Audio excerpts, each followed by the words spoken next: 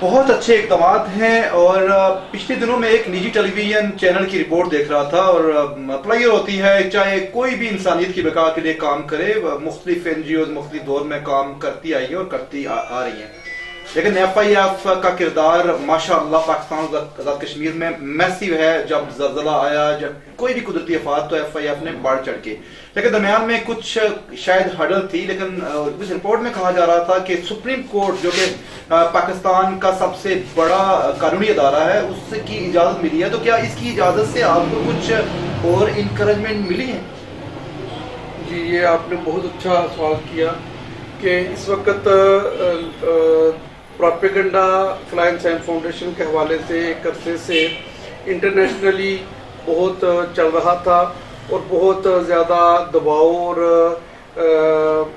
غلط معلومات کی بنیاد پر بہت شور شرابہ کیا گیا، اور پھر ہماری پچھلی گورنمنٹ نے اسی دباؤ کے نتیجے میں ایک صدارتی آرڈیننس جاری کیا۔ تو لیکن وہ آرڈیننس چند ماہ کے لیے ہوتا ہے، جب تک اس کو اسمبلی کے اندر سے پاس نہ کروا لیا جائے تو وہ قانون نہیں بنتا۔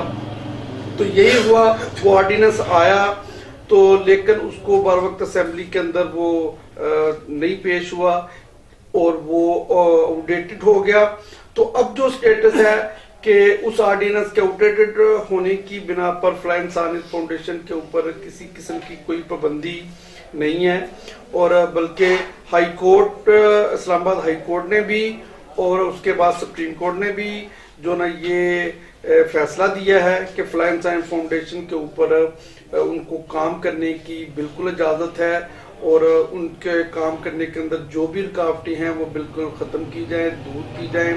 یہ جو خدمت کا ایک بہت بڑا کام، بہت بڑا سیٹ اپ پاکستان کے معاشرے کے اندر، پاکستان کے خطے کے اندر کر رہے ہیں، یہ بہت بڑا کام ہے، ان کو کام کرنے کی جو اجازت ہونی چاہیے۔